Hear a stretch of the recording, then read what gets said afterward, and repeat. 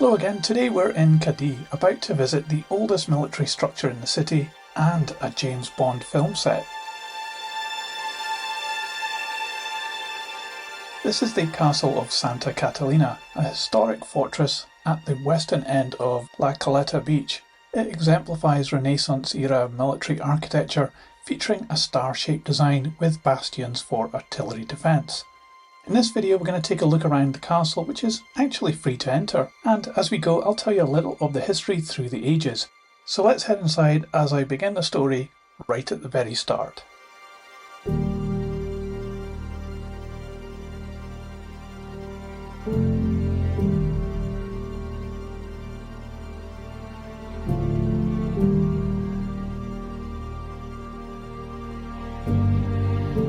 Archaeological remains found here indicate that Iberians settled here around the 4th century BCE, constructing a walled settlement.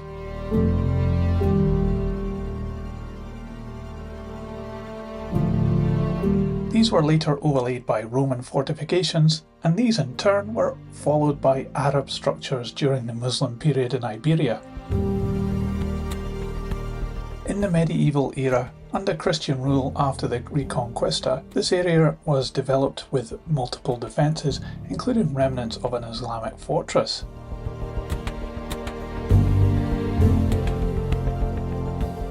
However, the current castle is a product of the early modern period and does not directly incorporate these earlier layers, because a key moment that shaped this fortress was in 1596.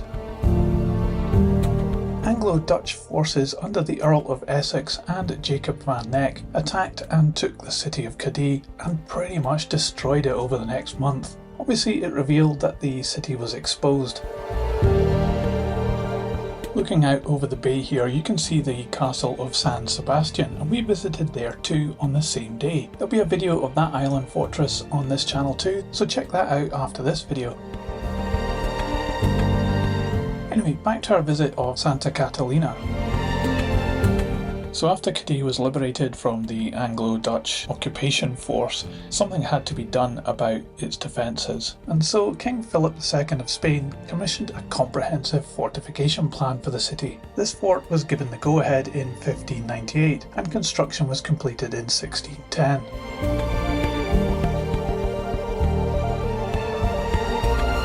The fortress design emphasised angular bastions for a crossfire against invaders and actually served as a model for later colonial fortifications in the Americas.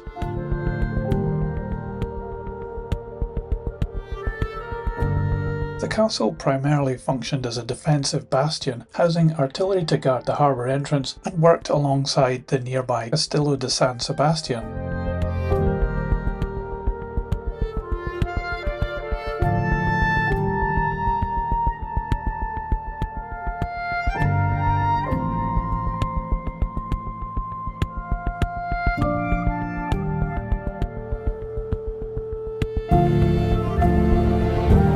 In 1693, during the reign of King Charles II, a chapel dedicated to Santa Catalina of Alexandria was added, and you can see that church as part of the visit.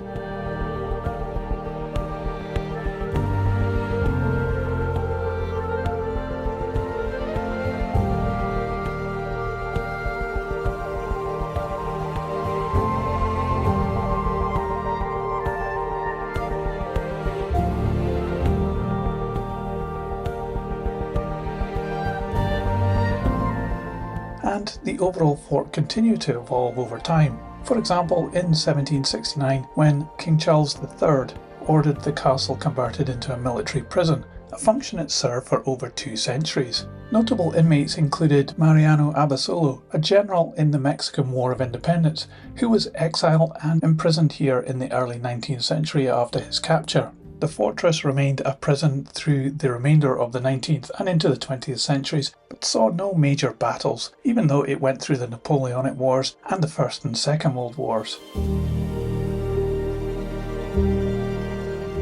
However, one notable event occurred in 1947, when an accidental explosion occurred that damaged much of the city of Cadiz. The blast happened near to the fortress, yet its sturdy walls protected it, unlike other nearby structures which really suffered.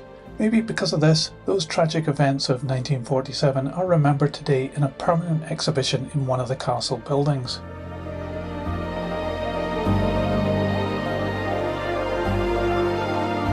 It was only in 1991 that the Spanish Ministry of Defence decommissioned the castle as a prison, bringing the end to its military use and beginning its new role as a tourist attraction and exhibition space. When we visited, there was an art exhibition inside one of the buildings showcasing a local artist's work, but there are other regular events and exhibitions here as well.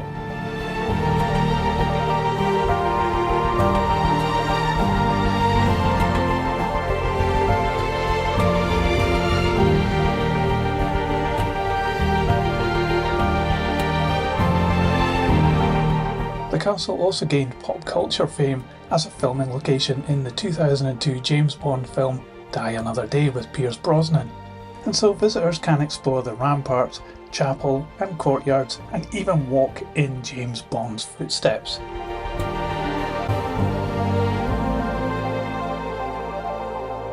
We really enjoyed our visit, finding out about the history of the castle. We're now heading over to San Sebastian Castle, another Bond filming location, and I'd love for you to come with us. Check out the video of it on my channel, and thanks for watching this one. Don't forget to give this video a thumbs up, and I'll see you on my next video somewhere else in the world.